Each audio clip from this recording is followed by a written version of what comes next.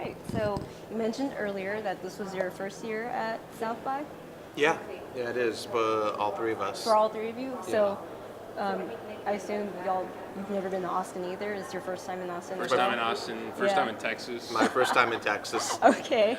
Although we hear that Austin's a bubble and it's not like the rest of Texas. It gets more conservative outside of Austin, I feel like. So Like a gradient expanding, right?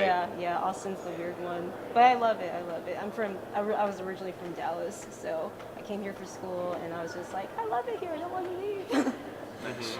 So I actually read in the press release that the film has screened in 110 festivals. Well, now at this point it's 125. 125. Yeah. Okay, wow, that's incredible. Congratulations. Thank you.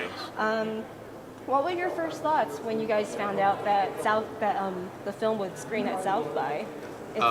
It's been going on for 30 years, so. Well, actually, I got the email, and the email was written in a way like it sounded like I was getting rejected. It started with like, "Sorry, I couldn't reach you, but it's been really busy at the festival." And normally, when you get like, "We've had a very busy festival, and sorry this," it's like, "Oh, I'm rejected." And then at the end of the paragraph, it said, "But I'd like to tell you that you will be screening, and we're inviting you to South by Southwest." I'm like, "Oh." Oh, how about that? All right. And so I had to keep it a secret. I couldn't publicly announce it yet. And so in the meantime, I thought it'd be a fun little way to tell them how we got in. So I started making the South by laurels on our poster on the computer, and then I invited the two of them over, and I recorded a video of it. You can find it online, or you can find it on our Facebook on the Night of the Slasher page. But it's me revealing the poster with the South by laurels to both of them, and their reaction's pretty hysterical. Yeah, I didn't know where South by was, so where is it was what part of my reaction. And also, I hope we can stop for spring training baseball. Yeah, which didn't work out because of flying being a much better mode of transportation than driving 22 hours. But I was really stoked to be able to come to Austin, because Austin is a really, really cool city. I've heard a lot about it. It's kind of becoming like a hipster mecca, and as you can see, I'm a bit of a hipster. So that was cool, and that's been really cool. This is an amazing city. It's a really, really cool place to be. Yeah. What inspired you to make the film? I have a huge passion for slasher films, and I wanted to do something that's new, because I feel like after Scream, there's nothing else left. You've done the genre to death, and even Cabin in the Woods. It's like, this is the end of the road. We've kind of seen it all. So it was my attempt to find a new way to repurpose all these ideas for something new that we haven't seen before. I mean, there's going to be familiar elements to older generations, but there's going to be new elements as well to keep things fresh, like the horror movie sins, like basically kids who like to party, do drugs, drink alcohol, have sex, they get killed in slasher films. I wanted to approach those horror movie sins from a different angle. So we have a character who's not a party girl. She's someone who's suffering from trauma, so she drinks, does drugs, has sex in order to deal with her demons, literally. So we thought it would have a breath of fresh air, for the genre. How did y'all get involved in the film?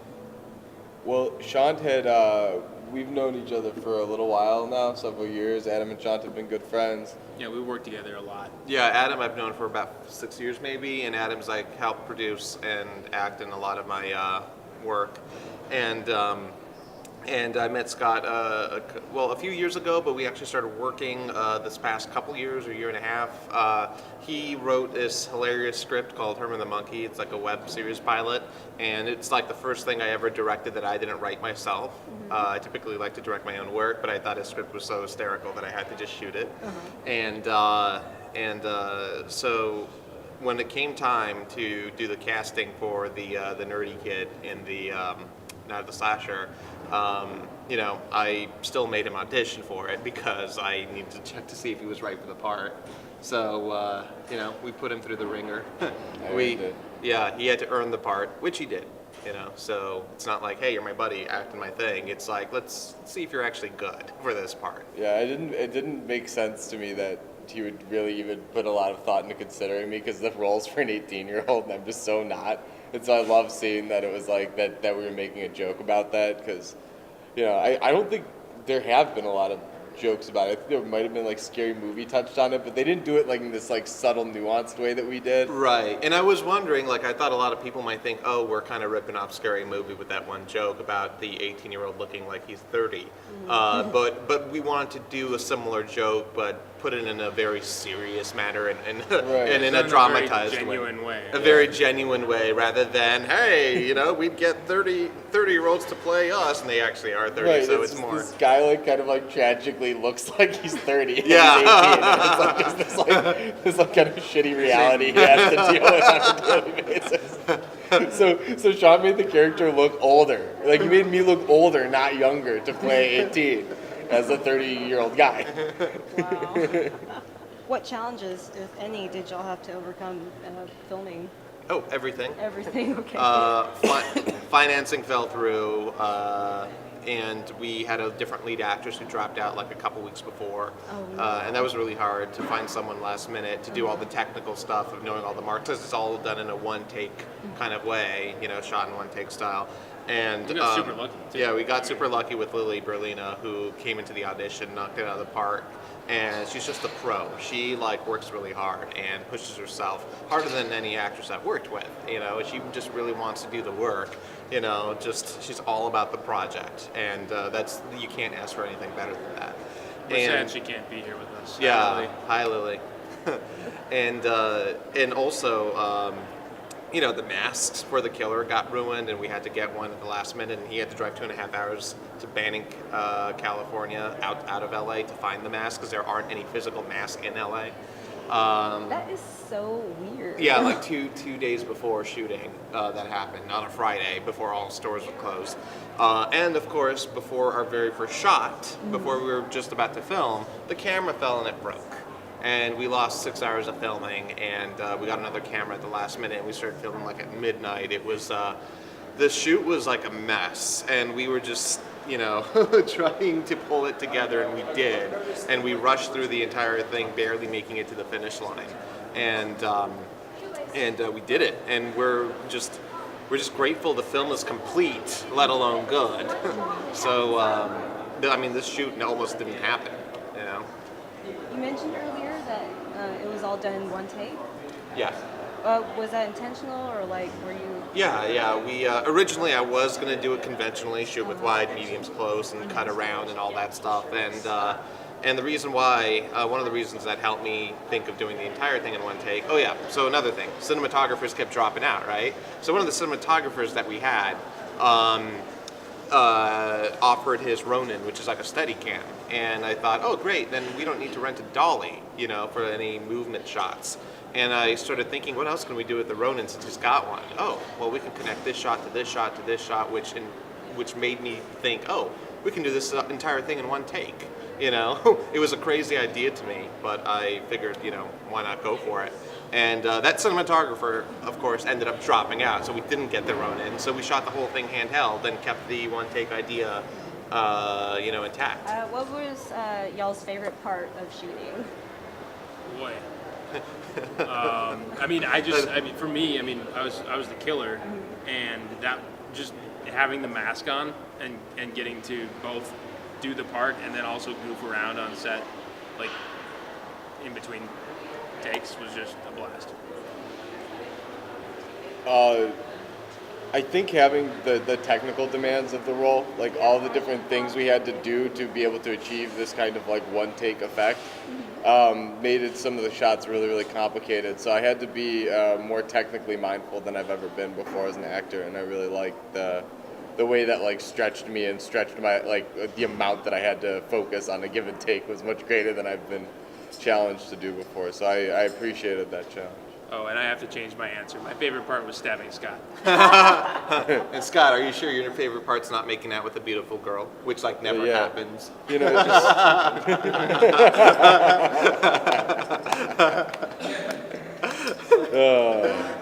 yeah, no, that was. I mean, yeah, it's just, you know, it's just part of the job. It's what you got to do. Take it one day at a time. Whatever you're called for, you got to get in there and do it. So this is your fifth short film? It's my fifth. It's my fifth one. I've done a bunch of shorts before, 3 music videos, and I've been doing a lot of different smaller scale work for 10 years of my industry in the industry, and I've been trying to get features off the ground for a while. So I've been writing I've written almost 10 screenplays at this point. It's like one a year, you could say, and I've tried everything to get one of my scripts off the ground, and I decided that I should just make a short film that is a feature idea in order to convert it into a feature. And so that's what I've done, and it's paying off now. It actually worked, and we're getting a bunch of approaches and a lot of interest from major production companies and studios. I've been approached by managers and agents and things like that, and it's become a dream become a reality. So we're taking these meetings, and now South by Southwest has even amplified that even more. So it's the news about my film has gone viral, spreading in 1.5 million Facebook feeds, which is incredible. And the short's not out yet. And typically, a short gets that kind of attention when it's out on the internet. It's not out on the internet, but people are talking. So that's really great, and I feel very fortunate. What other films have y'all seen at South by so far? Oh, our favorite so far is Demolition. The Jake Gyllenhaal film. It's incredible. Like every beat, perfect. The story's great. The character's real, and and Jake, of course, is we're huge fans of him, and and we loved him in answering the Q&As as well. He was great, and I think the Midnight Shorts were a really great block here. Yeah. That was one of the most entertaining things, was not watching our film, because we've seen it a million times, but watching all these other films that we're there with. It was so because we wanted to go up and meet all these people who had made all these really hilarious and imaginative films, and then it's oh yeah, wait, we have a movie here too, and so that was really the thing, because it was such an entertaining block. And we've been to some of the other shorts blocks, and there's some very good shorts. Okay. But I think as far as entertainment value was concerned, our block was really special. And so shout out to Seth, which is a really, really funny short film in the block, and we were really lucky to meet the people who did that. The guys who did The Procedure, it's a very funny film. Right. The one that won Man Oh Man, which is a puppet one, an animated one. That's incredible. And of course, William.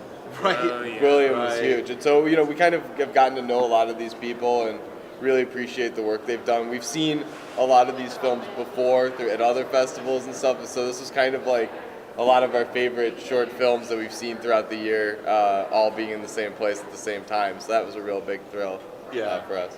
It's a cool community. I mean, it's we see the film and we're oh, we love your film, it's awesome. And they're oh yeah, we love yours. And we're oh yeah, that's right. Yeah, we're all let's be friends. Cool stuff. Yeah. We're all being friends. So let's hope we call each other when we get back. and follow up on that. We'll see who's good at following up and who's not. Such a good, you're great at it, so. Well, congrats again on your film, and thank you so much for taking time to sit down with us and talk. Yeah, sure. Thanks for having us here. Yeah.